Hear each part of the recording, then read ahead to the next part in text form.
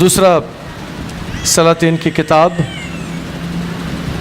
8واں باب اور پہلی آیت سے ہم خداوند کے کلام میں سے سنیں گے۔ کلام میں یہ کیا ہے؟ الیشا نے اس عورت سے جس کے بیٹے کو اس نے جلایا تھا یہ کہا تھا کہ اٹھ اور اپنے کنبے سمیت جا اور جہاں کہیں تو رہ سکے وہاں رہ، کیونکہ خداوند نے کال کا حکم دیا ہے اور وہ ملک میں 7 برس تک رہے گا بھی۔ تب اس عورت نے اٹھ کر مرد خدا کے کہنے کے مطابق کیا اور اپنے کنبہ سمیت جا کر فلسطینیوں کے ملک میں 7 برس تک رہی۔ وہ 7ویں سال کے آخر میں ایسا ہوا کہ یہ عورت فلسطینیوں کے ملک سے لوٹی اور بادشاہ کے پاس اپنے گھر اور اپنی زمین کے لیے فریاد کرنے لگی۔ اس وقت بادشاہ مرد خدا کے خادم جہازی سے باتیں کر رہا اور یہ کہہ رہا تھا کہ ذرا وہ سب بڑے بڑے کام جو الیشا نے کیے مجھے بتا۔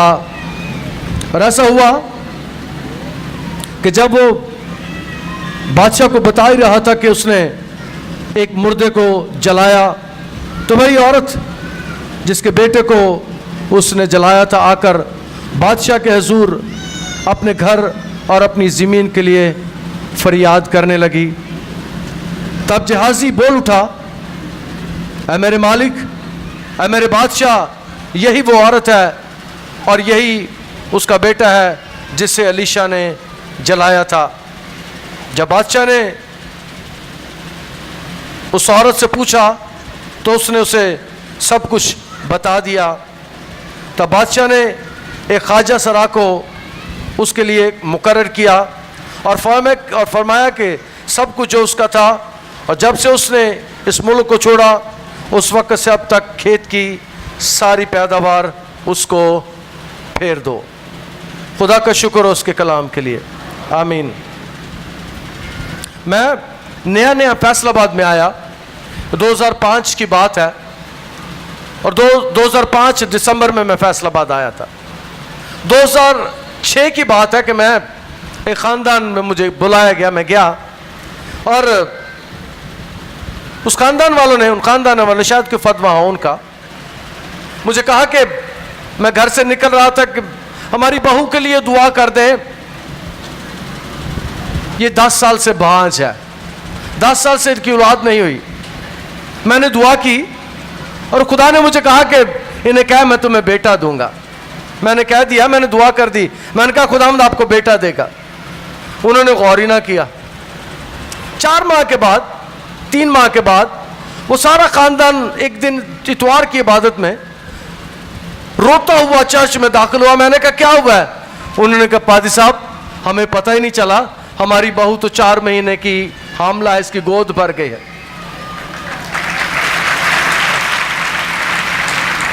انہوں نے یقین نہیں کیا، میں نے جو بات کی انہوں نے یقین نہیں کیا کہ ایسا ہو بھی سکتا ہے۔ دوسری بات جو میں نے کی، میں نے کہا کہ خدا آپ کو بیٹا دے گا۔ 7 ماہ ہوئے، انہوں نے الٹرا ساؤنڈ کروانے شروع کر دیے۔ اب ڈاکٹر 2 جگہ سے انہوں نے کروایا، ڈاکٹرز کہہ رہے تھے یہ بیٹی ہے۔ خدا نے مجھے کہا تھا میں اسے بیٹا دوں گا۔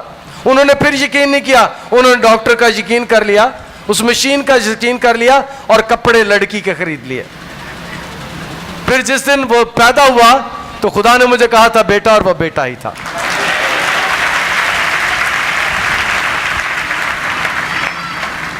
جب خدا کے لوگ کوئی بات کرتے ہیں اور وہ ساتھ یہ کہتے ہیں کہ خدا مجھے کہہ رہا ہے، خدا نے یہ فرمایا ہے، تو یاد رکھے وہ بات میں نہیں کہتا، وہ بات انسان نہیں کہتا، بلکہ وہ خدا کی طرف سے پیغام ہوتا ہے۔ اسے قبول کر لیا کریں، اسے مان لیا کریں۔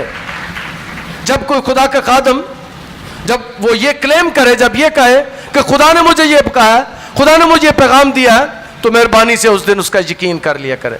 یہ عورت جس کی کہانی ہم نے پڑھی ہے، یہ عورت کو الیشا نبی نے کہا ہے کہ خدا نے مجھے کہا ہے کہ 7 سال تک اس ملک میں قید ہوگا۔ اس عورت نے کوئی سوال نہیں کیا، اٹھی ہے اور فلسطینیوں کے ملک میں چلی گئی ہے۔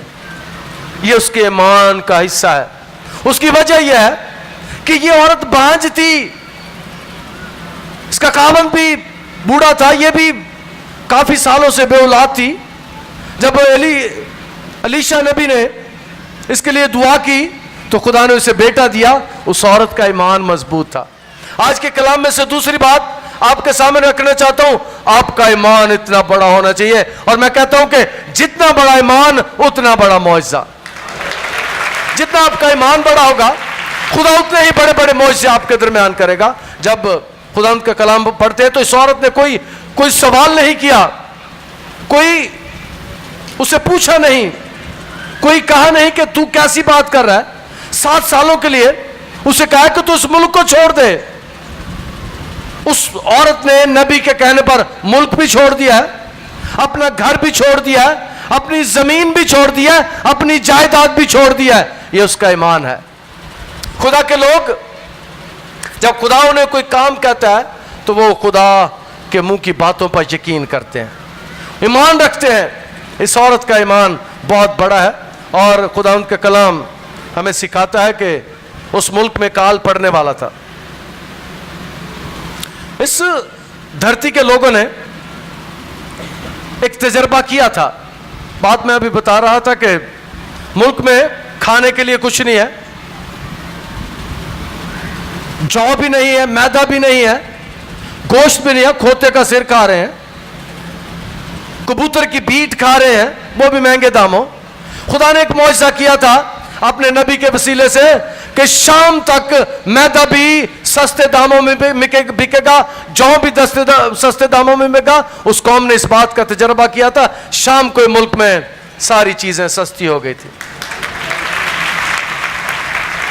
ان لوگوں کو خدا کے کاموں کا تجربہ ہے کہ خدا کس طرح مہیا کر سکتا ہے, خدا کس طرح فراہم کر سکتا ہے, یہ لوگ جانتے ہیں.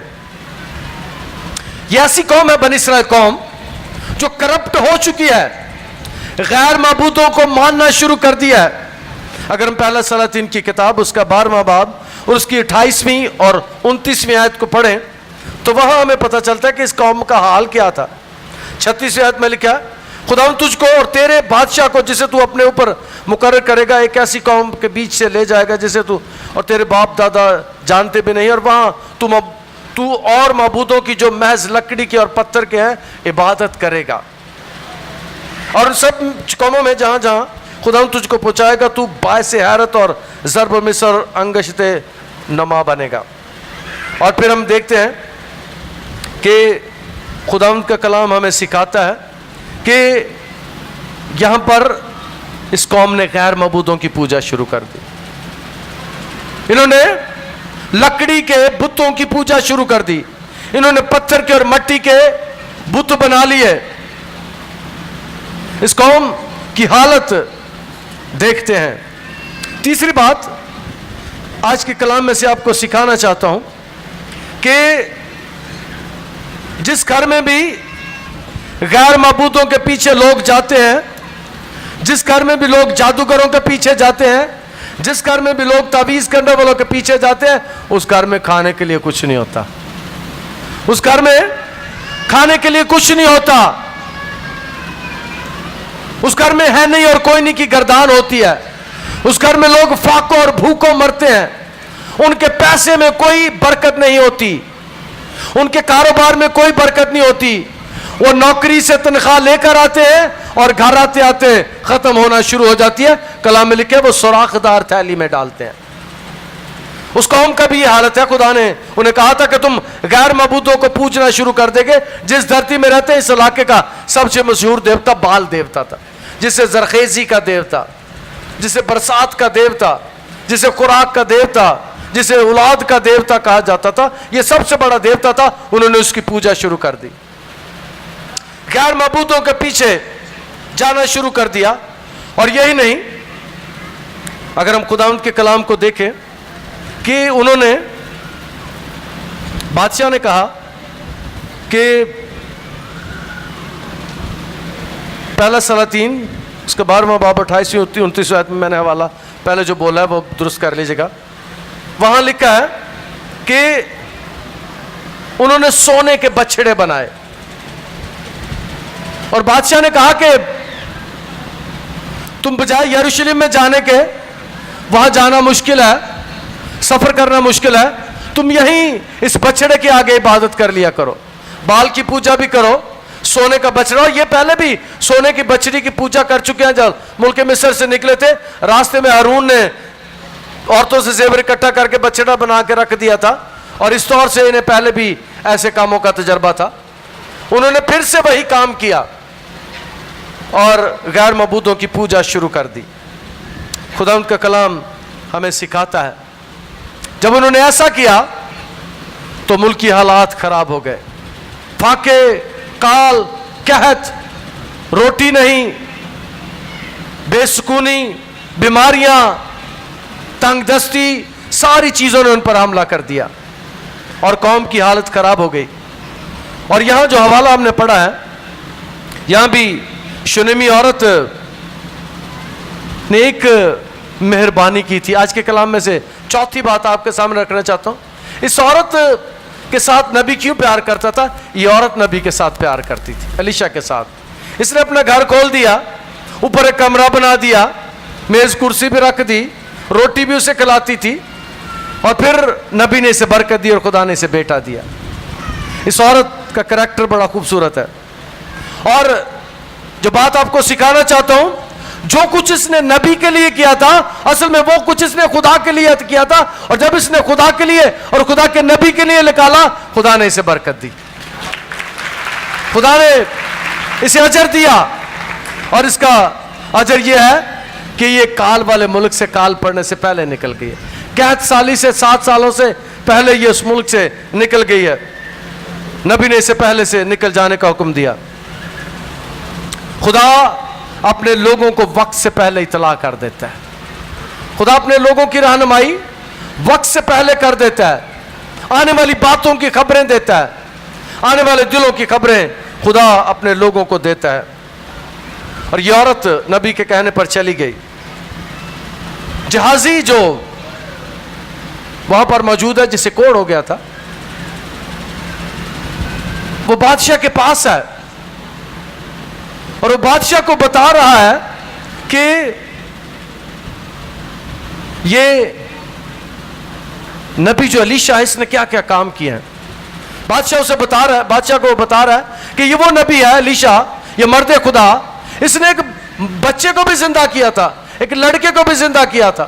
اور ایسے میں کلام مقدس بیان کرتا ہے اس عورت کی انٹری ہو جاتی ہے. عورت بادشاہ کے پاس آ جاتی ہے اور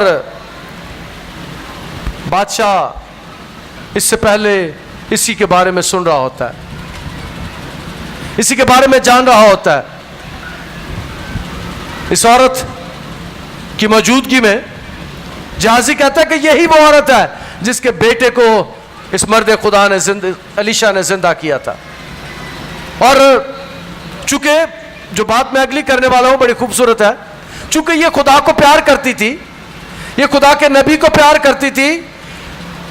جو خدا کو پیار کرتے ہیں، جو خدا کے لوگوں کو پیار کرتے ہیں، وہ کوئی گھاٹے کا سودا نہیں کرتے. خدا انہیں وقت آنے پر بہت برکت دیتا ہے. خدا کے لوگوں کو پیار کرنا کوئی گھاٹے کا سودا نہیں ہے. یہ زمین چھوڑ کر چلی گئی ہے، یہ گھر چھوڑ کر چلی گئی ہے، یہ جائیداد چھوڑ کر چلی گئی ہے، لیکن یاد رکھیں خدا کو پیار کرنے والے کبھی گھاٹے کا سودا نہیں کرتے. انہیں کبھی پریشانی نہیں ہوتی، کیونکہ کلام میں لکھا ہے کہ وہ تو اپنے محبوب کو نیند ہی میں دے دیتا ہے. آگے کچھ نہیں لکھا کیا دیتا ہے، وہ اپنے محبوب کو نیند ہی میں دے دیتا ہے. آگے نہیں لکھا کیا دیتا ہے، جو بھی اس کا نقصان، جو بھی ضرورت ہو وہ اس کو نیند میں مہیا کر دیتا ہے. یہاں پر ہم دیکھتے ہیں کہ یہ عورت واپس آتی ہے، اس کا گھر نہیں ہے اس کے پاس. جن کے پاس گھر نہیں ہے، یاد رکھیں اگر آپ خدا کو پیار کرتے ہیں، میں نے ایک دفعہ واقعہ سنایا تھا، حفظ آباد میں تھا. ایک خاندان مجھے بڑا پیار کرتا تھا، چھوٹا سا ایک آدھے کمرے کا گھر تھا. مجھے گھر میں بٹھا لیا، میں دعا کر رہا تھا، خدا میرے ساتھ ہم کلام ہوا. خدا نے مجھے کہا کہ انہیں کہا میں ان کا گھر بنا رہا ہوں.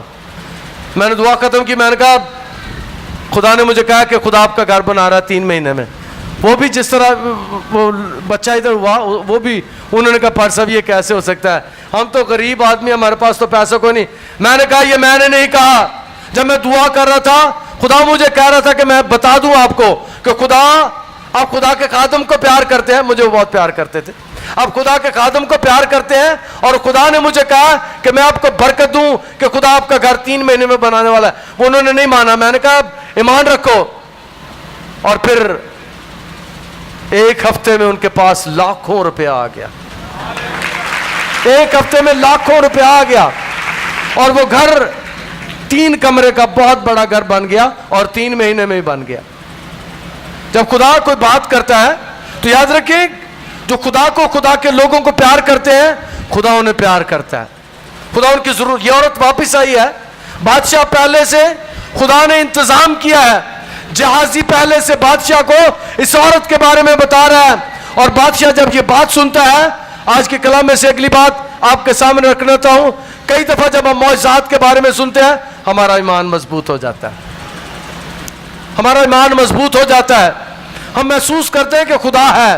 جیسے میں نے ابھی بتایا کہ اتوار کو دھوپ لگی ہوئی تھی اور لوگ میرے پاس آئے تو ہی اٹھ کے نکر چوں, پاس اب دعا کرو بارش ہو جائے. میں نے ادھر دیکھا عورتوں کی طرح, میں نے کہا تیار ہو جاؤ, میں بارش کرنے والا تو انہیں بارش ہو جانی ہے. اور 5 منٹ نہیں لگے, باہر دھڑا دھڑ بارش شروع ہو گئی. خدا کے لوگ جو بات کر دیتے ہیں, خدا کے لوگ جو بات کہہ دیتے ہیں, کلام میں لکھا کہ میں تیرے منہ کی بات کو مٹی میں نہ ملنے دوں گا. یہاں جب ہم کھڑے ہوتے ہیں تو ہمیں نہیں کھڑے ہوتے, ہم اتھارٹی کے ساتھ کھڑے ہوتے ہیں. اتھارٹی میرے یسوع کی ہے جو میرے ساتھ ہمیشہ پیچھے کھڑا رہتا ہے.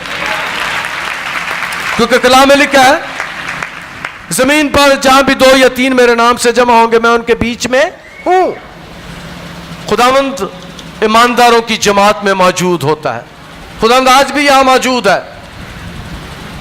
اور یہ عورت کے لیے خدا نے پہلے سے تیاری شروع کر دی ہے. یہ آتی ہے, بادشاہ کو اس کے بارے میں سٹوری سنائی جاتی ہے, قصہ سنایا جاتا ہے, اور خداوند کا کلام ہمیں بیان کرتا ہے کہ بادشاہ اس کے لیے حکم جاری کرتا ہے. خداوند کا غضب اس قوم پر ہے. 7 سال تک اس ملک میں خشک سالی ہے, قحط ہے, مشکل حالات ہیں. خدا اپنے لوگوں کو مہیا کرتا ہے, فراہم کرتا ہے. میں بیان کر رہا تھا کہ جو خدا کے لوگوں کو پیار کرتے ہیں, خداوند یسوع مسیح نے فرمایا, مقدس متی کی معرفت لکھے گئے انجیل بیان کے 10ویں باب کو اگر ہم پڑھیں, اس کی 41ویں آیت, تو وہاں اجر لکھا ہوا ہے. میں پورے 40ویں آیت سے پڑھوں گا. جو تم کو قبول کرتا ہے وہ مجھے قبول کرتا ہے, اور جو مجھے قبول کرتا ہے وہ میرے بھیجنے والے کو قبول کرتا ہے, اور جو نبی کے نام سے نبی کو قبول کرتا ہے وہ نبی کا اجر پائے گا, اور جو راست باز کے نام سے راست باز کو قبول کرتا ہے وہ راست باز کا اجر پائے گا. نبی کو قبول کرنا, خدا کے لوگوں کو قبول کرنا, خدا ان کے کلام ہمیں سکھاتا ہے کہ یہ اجر کا باعث ہے, برکت کا باعث ہے. جب ہم خدا کے لوگوں کی باتوں کو قبول کرتے ہیں تو خدا ہمارے لیے راستے تیار کرتا ہے. اگر ہم مکاشفہ کی کتاب کے 3 باب کی 10ویں آیت پڑھیں تو یہ خط ہے جو فلادلفیا کی کلیسیا کو لکھا گیا ہے. خداوند نے فرمایا ہے مکاشفہ کے 3 باب کی 10ویں آیت میں, چونکہ تو نے میرے صبر کے کلام پر عمل کیا ہے اس لیے میں بھی آزمائش کے اس وقت تیری حفاظت کروں گا جو زمین کے رہنے والوں کے لیے, رہنے والے کے آزمانے کے لیے ہے, تمام دنیا پر آنے والا ہے. خدا کہتا ہے کہ میں تو میرے کلام کو سنتا اور اس پر عمل کرتے, آزمائش جب آئے گی, مشکل وقت آئے گا, تو خدا کہتا ہے کہ میں اس وقت تیری حفاظت کروں گا. اس عورت پر بھی مشکل وقت تھا, خدا نے اس کی حفاظت کی. واپس آتی ہے 7 سال کے بعد. اس کے آنے سے پہلے خدا نے اس کی تیاری کر دی ہے. اس کے مال و دولت کو واپس کرنے کا خدا نے بندوبست کر دیا. بادشاہ فرماتا ہے کہ تب بادشاہ نے ایک خواجہ سرا کو اس کے لیے مقرر کر دیا اور فرمایا کہ سب کچھ جو اس کا تھا, اور جب سے اس نے اس ملک کو چھوڑا اس وقت سے اب تک کی کھیت کی ساری پیداوار اس کے سپرد کر دی جائے, اسے پھیر دی جائے, واپس کر دی جائے. 7 سال کی پیداوار, گھر بھی مل گیا, زمین بھی مل گئی. اس عورت کو